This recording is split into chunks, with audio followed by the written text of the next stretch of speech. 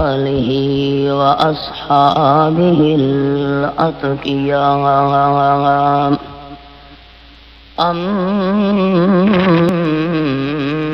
أما بعد فأعوذ بالله من الشيطان الرجيم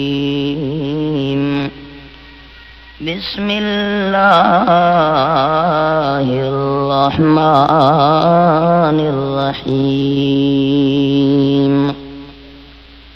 قتل أصحاب الأخدود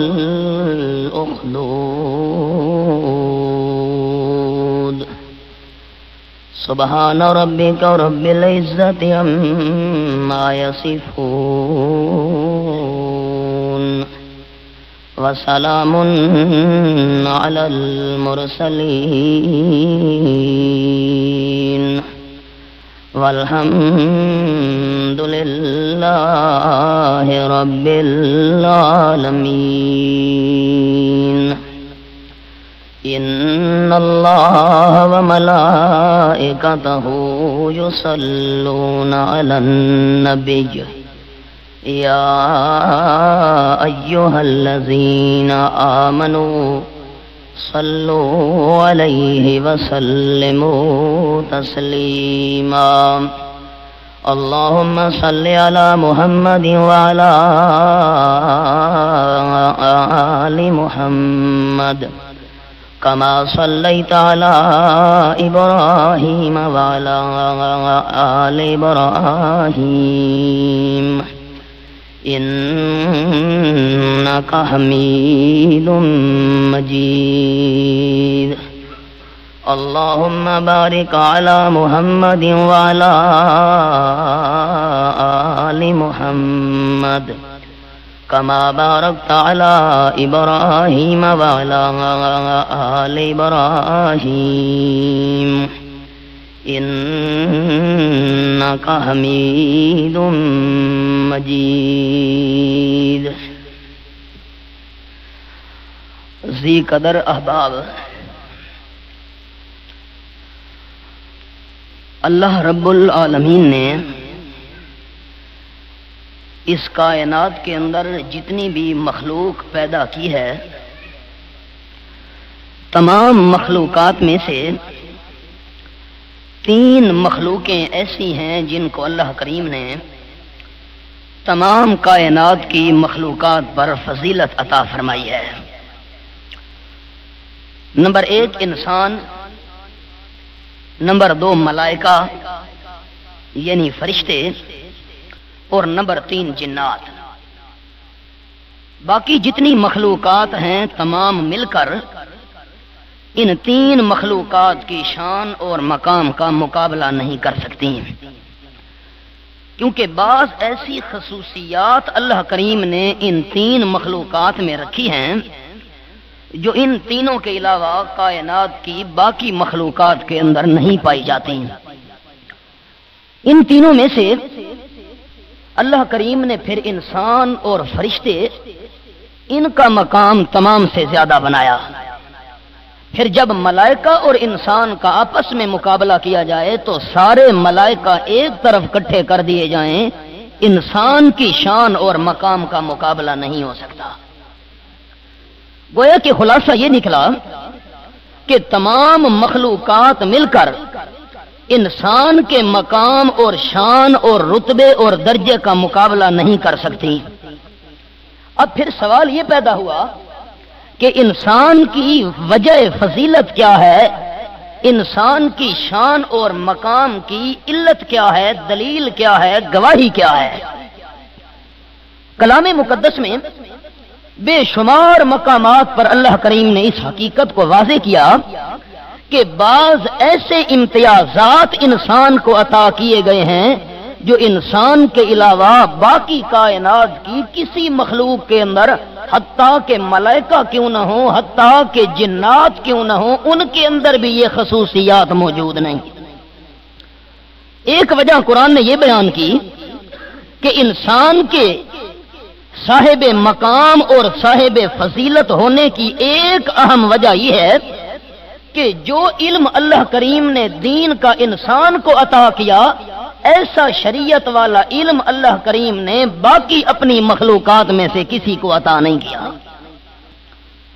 یہ الگ بات ہے کہ جنات میں بھی ایماندار جنات ہیں، تھے بھی صحیح، آج بھی ہیں، قیامت تک یہ سلسلہ رہے گا، لیکن باوجود جنات کے اندر بعض میں دینداری ہونے کے جو علمی مقام اللہ کریم نے انسان کو عطا فرمایا، ایسا علمی مقام اللہ نے جنات کو بھی عطا نہیں فرمایا۔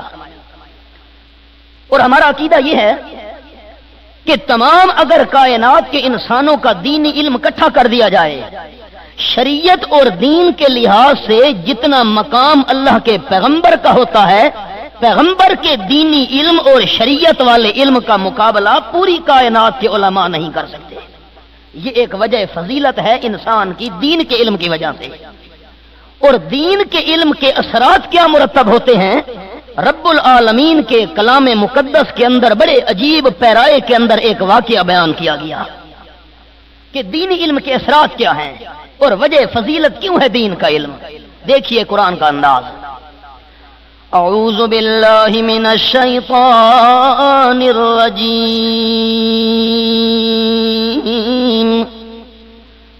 بسم اللہ الرحمن الرحیم،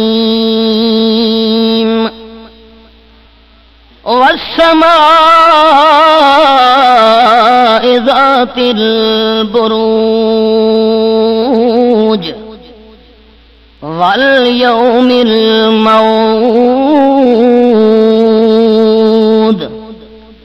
وشاہد ومشہود،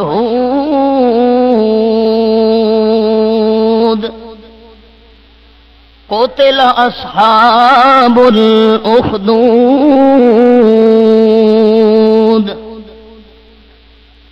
سورت کا نام البروج۔ مالک کائنات نے سورت البروج کے اندر جو واقعہ بیان کیا، پورے قرآن پاک کے اور کسی سورت کے اندر یہ قصہ بیان نہیں کیا۔ قرآن میں اشارہ ہے اور مسلم شریف کے اندر آپ صلی اللہ علیہ وسلم کی طرف سے بیان کی جانے والی تفصیل موجود ہے۔ سب سے پہلے فرمایا والسماء ذات البروج، میں اللہ کریم کو قسم آسمان کی، آسمان گواہ۔ اللہ کون سا آسمان گواہ؟ فرمایا 12 منزلوں والا آسمان گواہ۔ سال کے 12 مہینے اور ہر مہینے چاند کی الگ منزل ہوا کرتی ہے۔ 12 منزلیں تبدیل کرتا ہے چاند ہر سال۔ میں اللہ کریم کو منزلوں والے آسمان کی قسم، آسمان گواہ۔ نمبر 2 والیوم الموعود، قیامت کا دن گواہ۔ نمبر 3 وشاہد، جمعے کا دن گواہ۔ ومشہود، اور حج والا دن، عرفہ کا نامی والا دن گواہ۔ 4 گواہ پیش کرنے کے بعد رب العالمین فرماتے ہیں قتل اصحاب الاخدود، ساری کائنات والے انسان مل جائیں لیکن آسمان والے دائرے سے کوئی بھی باہر جا سکتا، جہاں بھی جائیں آسمان ہے۔ فرمایا جس طرح آسمان والے دائرے سے تم باہر نہیں جا سکتے، میں اللہ کریم کی پکڑ سے بھی باہر نہیں جا سکتے۔ نمبر 2 والیوم الموعود، قیامت کا دن گواہ۔ جس طرح قیامت والی حاضری سے تم بچ نہیں سکتے، میں اللہ کریم کی گرفت سے بھی نہیں بچ سکتے۔ نمبر 3 وشاہدین، جمعے کا دن گواہ۔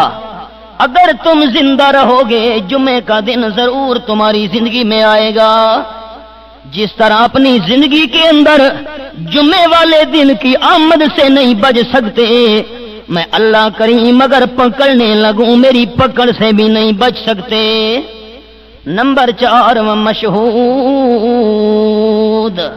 عرفے والے دن کو دیکھو، عرفات کے میدان کے اندر سارے حاجی رب العالمین کے سامنے زاریاں کر رہے ہیں۔ اگر عرفے والے دن میں اللہ کے حکم سے عرفات کے میدان میں اکٹھے ہو سکتے ہو تو حشر والے دن میں اللہ کریم تمام کائنات کو اسی میدان میں دوبارہ بھی اکٹھا کر سکتا ہوں۔ حاجیوں سے پوچھئے، عرفات کے میدان میں ہر کسی کو اپنی پڑی ہوتی ہے، دوسرے کا ہوش بھی نہیں ہوتا۔ بھائی گروپ بنا کر جو گئے ہیں ٹھیک ہے، گروپ بنا کر گئے ہو، لیکن جب عرفات کے میدان میں بندہ پہنچتا ہے، حج والا دن ہے، نفسی نفسی کا عالم، ہر کسی کو اپنی پڑی ہے، ہر کوئی رونے میں لگا ہوا ہے، اپنے گناہ بخشوانے میں لگا ہوا ہے، دوسرے کا ہوش بھی نہیں ہے کوئی ساتھی میرے ساتھ ہے بھی کہ نہیں۔ اللہ، قیامت کا منظر یاد آتا ہے۔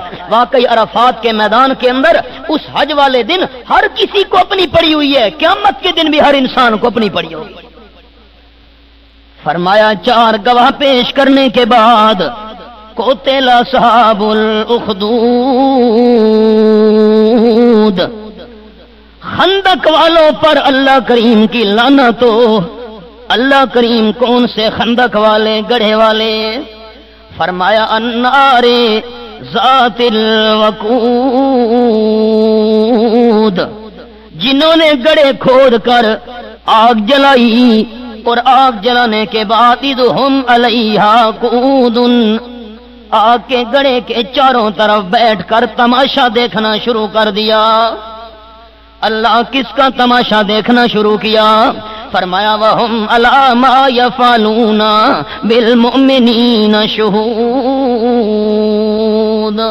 اپنی آنکھوں سے دیکھ رہے تھے ہم مومنوں کے ساتھ کیا ظلم اور زیادتی کر رہے ہیں۔ اصل حقیقت کیا بنی؟ رحمت کائنات صلی اللہ علیہ وسلم نے اس مقام کی تشریح کرتے ہوئے فرمایا، اب آپ کو میرا جملہ یاد ہوگا جو مستقل جمعہ پڑھنے والے ہیں، کہ قرآن پاک آپ صلی اللہ علیہ وسلم کی حدیث کے بغیر سمجھ آ سکتا نہیں۔ اللہ گڑھوں والے کون تھے؟ کیا چکر ہے؟ کیسے گڑھے، کیسے آگ، کیا مومن؟ امام الانبیاء نے تشریح بیان فرمائی۔ حضرت عیسیٰ علیہ السلام دنیا میں تشریف لائے، قوم کے سامنے مسئلہ بیان کیا، ان اللہ ربی و ربکم فاعبدوہ ھذا صراط مستقیم۔ کائنات والوں، میرا داتا بھی صرف اللہ اور تمہارا داتا بھی صرف پروردگار وہی اللہ۔ جب ہماری ضروریات کو پورا کرنے والا اللہ تو فاعبدوہ، عبادت کے لائق بھی صرف اللہ کریم ہے۔ رب صرف اللہ، داتا صرف اللہ، ضروریات کو پورا کرنے والا صرف اللہ، عبادت کے لائق بھی صرف اللہ۔ ھذا صراط مستقیم، یہی صراط مستقیم ہے۔ حضرت عیسیٰ علیہ السلام واز کرتے رہے، بیان کرتے رہے، رب کعبہ کی قسم ساری کائنات کے مبلغ اکٹھے کر دیے جائیں پر پیغمبر جیسی اچھی تبلیغ بیان کرنے کا کوئی بھی مقابلہ کر سکتا نہیں۔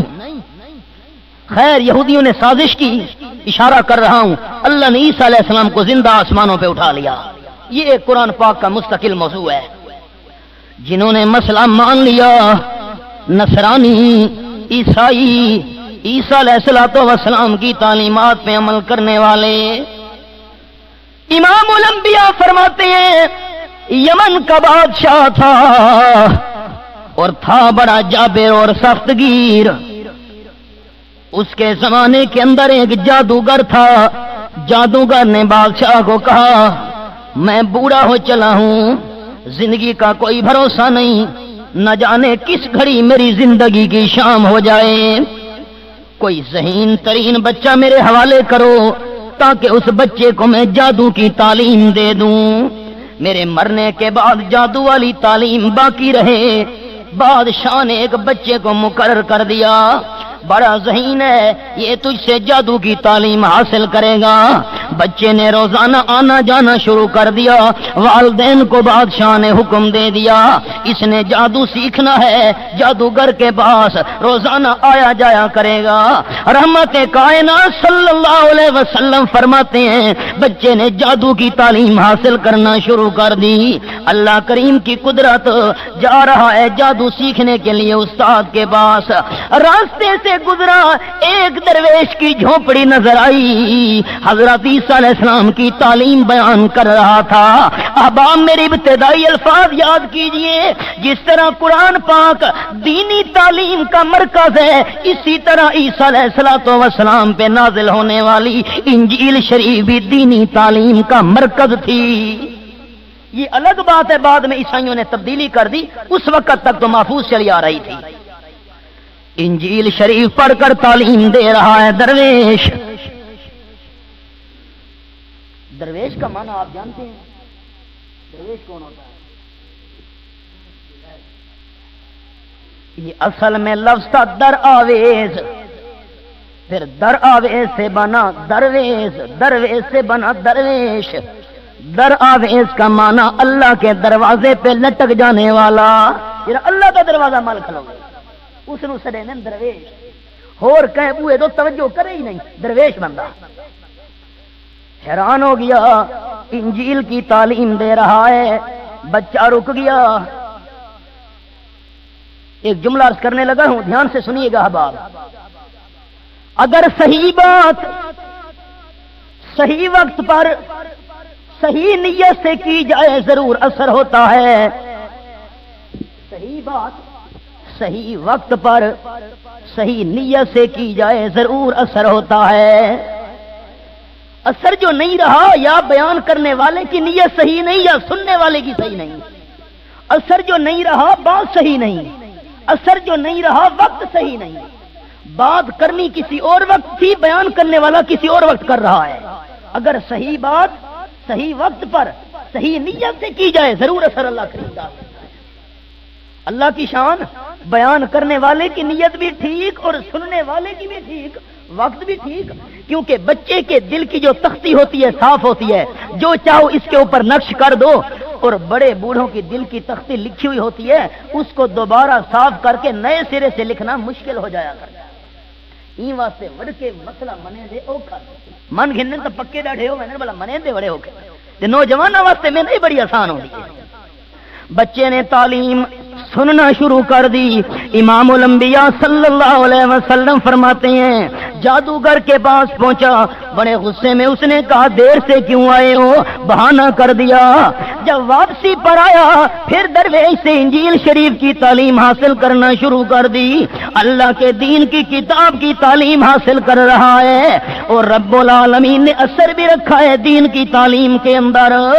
مالک کائنات فرماتے ہیں یرفع اللہ الذین آمنوا منکم وعملوا الصالحات والذین اوتوا العلم درجات.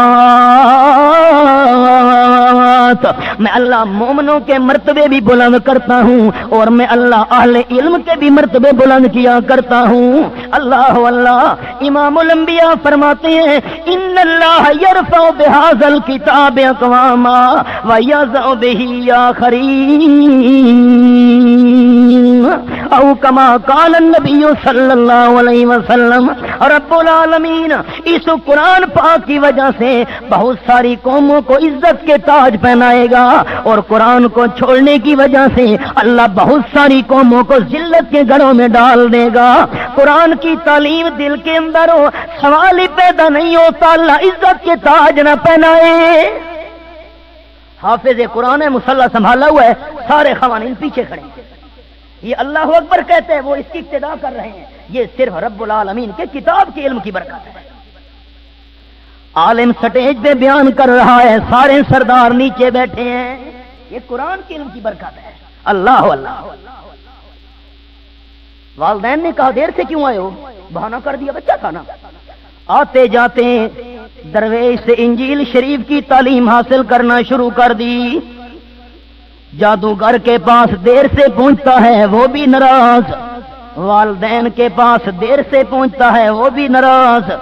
دونوں کی ناراضگی بچے نے برداشت کر لی، لیکن اللہ کریم کی کتاب کی تعلیم نہیں چھوڑی۔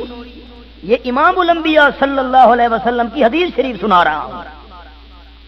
اللہ کی شان، بچے کے دل میں اللہ کریم نے انقلاب پیدا کر دیا، حضرت عیسیٰ علیہ السلام والا دین قبول کر لیا۔ اب بادشاہ اپنی جگہ مطمئن ہے کہ جادوگر کے پاس جادو کی تعلیم سیکھنے بچہ جایا کرتا ہے۔ امام الانبیاء فرماتے ہیں بچہ جا رہا ہے، عبداللہ ابن تامر جاتے جاتے راستے کے اندر ایک شیر نظر آیا، لوگ ڈر کے کھڑے ہیں، شیر راستہ رو کے کھڑا ہے۔ بچے نے کیا کیا؟ صداقت کا پتہ چل جائے کہ جادو والی تعلیم ٹھیک ہے یا انجیل شریف والی تعلیم ٹھیک ہے، بچے نے پتھر اٹھایا۔ اب پتھر کیا مقابلہ کر سکتا ہے شیر کا؟ اصل میں پتھر کام نہیں کر رہا تھا، رب العالمین کا امر کام کر رہا تھا۔ بچے نے پتھر اٹھایا، لوگ تماشا دیکھ رہے ہیں، رکے ہوئے ہیں، اور کہنے لگا ہے اللہ اگر جو تعلیم انجیل کی مجھے درویش دے رہا ہے وہ تعلیم سچی ہے، پروردگار پھر تیرے بھروسے پر میں پتھر مارنے لگا ہوں، شیر کو پتھر مارنا میرا کام ہوگا، اس شیر سے جان بچانا تیرا کام ہوگا۔ اگر درویش کی انجیل والی تعلیم سچی ہے، اللہ کریم لوگوں کے سامنے بھی مسئلہ واضح کر دے۔ بچے نے اللہ کا نام لیا، بسم اللہ پڑھ کر پتھر مارا۔ پتھر کی کیا حقیقت، شیر کے سامنے پتھر مارنے کی دیر تھی۔ امام الانبیاء فرماتے ہیں شیر کی روح پرواز کر گئی۔ لوگ بڑے حیران ہو گئے، یار تو نے کون سے کلمے پڑھے؟ میں نے تو اللہ کا نام لیا۔ اللہ کا نام؟ رب کا نام؟ ہاں ہاں، ہم تو رب اس بادشاہ کو مانتے ہوئے کہا نہیں نہیں وہ رب نہیں ہے، رب تو وہ ہے ان اللہ ربی و رب، عیسیٰ علیہ السلام کی تعلیم، چونکہ وہی دین چل رہا تھا نا اس وقت، ان اللہ ربی و ربکم فاعبدوہ ھذا صراط مستقیم۔ اب تو لوگ بڑے حیران، کہنے لگے بچہ جس مذہب پر تو ہے، جس پروردگار کا نام تو نے لیا تھا، اسی پروردگار پر ایمان ہم بھی لانا چاہتے ہیں۔ آج تک تو ہم بھولے رہے، ہم نے تو اس بادشاہ کو رب مانا ہوا تھا۔ لوگوں نے دعا کے لیے درخواست کرنا شروع کر دی، اندھے آنے لگے، اس نے اللہ کا نام لے کر دعا کرنا شروع کر دی۔ دعا کرنا بندے کا کام ہے، لیکن قبول کرنا اللہ کریم کا کام ہے۔ اللہ کو مجبور تو کوئی نہیں کر سکتا، لیکن مانگ تو سکتا ہے بندہ۔ بچے نے مانگنا شروع کر دیا، اللہ کریم نے بیماروں کو شفا عطا فرمانا شروع کر قادر جو ہوا۔ بادشاہ کے وزیر تک خبر پہنچی، رحمت کائنات صلی اللہ علیہ وسلم فرماتے ہیں بادشاہ کا ایک وزیر نابینا ہو چکا تھا۔ بادشاہ نے کہا تو کوئی کام کرنے کے قابل نہیں رہا، درباری امور کیسے سر انجام دے گا؟ آنکھوں کی بینائی تیری چلی گئی ہے، اب تو وزارت والے عہدے کو چھوڑ دے۔ نابینا وزیر کو پتہ چلا عبداللہ ابن تامر بچہ دعا کرتا ہے رب العالمین کے دربار میں، مالک کائنات شفائیں کاملہ عطا فرما دیتا ہے۔ نابینا وزیر کسی ذریعے چل کے پہنچا، رحمت کائنات صلی اللہ علیہ وسلم فرماتے ہیں بچے نے دعا کے لیے ہاتھ بلند کیے، پروردگار وزیر میرے سامنے چل کے آیا ہے، حضرت عیسیٰ علیہ السلام کا دین سچا، انجیل والی تعلیم سچی، رب العالمین شفا تیرے ہاتھ میں ہے، دعا کرنا میرا کام ہے، اس نابینا وزیر کی بینائی کو واپس کرنا تیرا کام ہے۔ بچے نے ہاتھ بلند کیے، اللہ نے دعا قبول کر لی، آنکھوں کی بینائی واپس آ گئی۔ وزیر پہنچا بادشاہ کے دربار، تیری آنکھیں ٹھیک ہو گئی ہیں؟ جی ہاں۔ دوبارہ جی مجھے اپنا عہدہ دیجئے۔ بادشاہ نے کہا عہدہ تو دیتا ہوں، پر کیسے تیری آنکھوں کی بینائی واپس آ گئی؟ وزیر نے کہا مجھے رب نے بینائی واپس کی ہے۔ بچے نے نا رب نے دین بھی قبول کر چکا تھا بچے والا، جو بچے نے بیان کیا۔ اس نے کہا اچھا ہاں رب نے دی ہے نا بینائی، تو میں نے دی ہے نا۔ اس نے کہا تو نے نہیں دی، رب تو وہ ہے ربنا رب السماوات والارض۔ بادشاہ حیران ہو گیا، آپ صلی اللہ علیہ وسلم نام و نشان بچے کا مٹ جائے. فوجی گئے, کشتی میں بٹھایا, اللہ کریم کی شان, پانی کشتی میں بھر گیا, سارے کشتی والے فوجی ڈوب گئے اور رب العالمین نے بچے کو پھر بھی بچا لیا. تختے کے ساتھ چمٹا ہوا پھر کنارے پہ آ پہنچا. بادشاہ حیران, اب بھی بچہ بچ گیا. اب عوام زیادہ معتقد ہونے لگی واقعی بچے والا مذہب ٹھیک ہے. بادشاہ بڑا پریشان, بھائی یہ تو کام زیادہ گڑبڑ ہو رہا ہے. بچے نے کہا, امام النبیین صلی اللہ علیہ وسلم فرماتے ہیں, اور آپ ایک بات ذہن نشین رکھیے گا, آپ صلی اللہ علیہ وسلم اگر دین کے بارے میں کوئی بات ارشاد فرمائیں تو اپنی مرضی سے بیان نہیں کرتے, اللہ کی وحی سے بیان کرتے ہیں. وما ينطق عن الهوى ان هو الا وحی یوحی. دین کے معاملے میں کوئی بات آمنہ کے لال اپنی مرضی سے نہیں کرتے اور رب العالمین کی وحی سے بولا کرتے ہیں. یہ جو قرآن کے الفاظ کی تشریح ہو رہی ہے, امام الانبیاء فرما رہے ہیں اللہ کی وحی کے ساتھ, کیونکہ رحمت کائنات تو اس موقع پر حاضر ناظر نہیں تھے نا, یہ تو اللہ نے وحی کی امام الانبیاء نے بیان کیا. صحابہ کرام شوق سے سن رہے ہیں, امام الانبیاء تشریح کر رہے ہیں. پھر کیا بنا؟ بچے نے کہا, بادشاہ سلامت بات سن, جب تک تو اللہ کا نام نہیں لے گا نا اس وقت تک مجھے مار سکتا نہیں. کیا مطلب؟ اگر اللہ کریم کی مرضی نہ ہوئی میرا بال بھی کوئی نہیں چلا کر سکتا. ایک بات میں تجھے بتاتا ہوں, اگر مجھے تو سولی پر چڑھا دے اور کمان میں تیر ڈال کر نشانہ بنا, اور نشانہ بناتے وقت اگر تو یہ لفظ کہہ دے بسم اللہ رب ھذا الغلام, اس بچے کو میں مارنے لگا ہوں, لیکن میں بادشاہ کی اپنی طاقت نہیں ہے. اگر طاقت کام کرے گی تو اس بچے کے پروردگار کی طاقت کام کرے گی. میرا اپنا کمال کوئی نہیں, رب العالمین کا کمال ہے. اگر مالک کی مرضی ہوئی تو موت کا جام پی لے گا, اللہ کی مرضی نہ ہوئی تو میں اس کو نہیں مار سکتا. یہ اقرار کر, پھر تیر چلا, اگر اللہ کریم کی مرضی ہوئی تو مجھے موت آ جائے گی. رحمت کائنات صلی اللہ علیہ وسلم فرماتے ہیں, سولی پہ بچے کو لٹکایا گیا, ساری بادشاہ کی عوام تماشا دیکھ رہی ہے. اور جب بادشاہ نے کہا تیر نکال کر چلاؤ, اور الفاظ اور سے یہ کہنے ہیں بسم اللہ رب ھذا الغلام, اس اللہ کے نام کی طاقت کے ساتھ ہم تیر چلا رہے ہیں جو اس بچے کا مالک ہے, اس بچے کا پروردگار ہے. اللہ کا نام لے کر جب تیر چلایا, بچے کو تیر لگا, بچہ شہید ہو گیا. شہید ایک بچہ ہوا. امام النبیین فرماتے ہیں دیکھنے والی عوام کو پتہ چل گیا کہ مسئلہ بچے کا سچا ہے کہ موت و حیات کا مالک بادشاہ نہیں بلکہ اللہ ہے. عوام نے نعرہ لگا دیا, بادشاہ تو پریشان. کیا نعرہ؟ عوام کہنے لگی آمنا برب العالمین. اب تو ہمیں اور کرنے کی لیکن نہیں کرا سکا. اب اللہ کی مرضی بنی تو بچہ شہید ہو گیا ہے. ہمیں تو یقین ہو گیا بچے والا دین سچا ہے جو حضرت عیسیٰ علیہ السلام پیش کر کے دنیا میں واپس آسمانوں پہ اللہ نے ان کو اٹھا لیا تھا. اب بادشاہ بڑا پریشان. رحمت کائنات صلی اللہ علیہ وسلم فرماتے ہیں اس نے گڑھے کھدوا دیے اور اس میں آگ ڈلوا کر ایمانداروں کو ایک ایک کر کے آگ میں ڈالنا شروع کر دیا. رحمت کائنات نے تشریح کی رب العالمین کا قرآن. فرمایا قتل اصحاب الاخدود النار ذات الوقود اذ هم علیہا قعود وهم علی ما یفعلون بالمؤمنین شہود. اللہ فرماتے ہیں لعنت ہو گڑھے کھدوانے والوں پر. ہلاکت ہو گڑے کھدوانے والوں پر۔ اللہ کون سے گڑے والے؟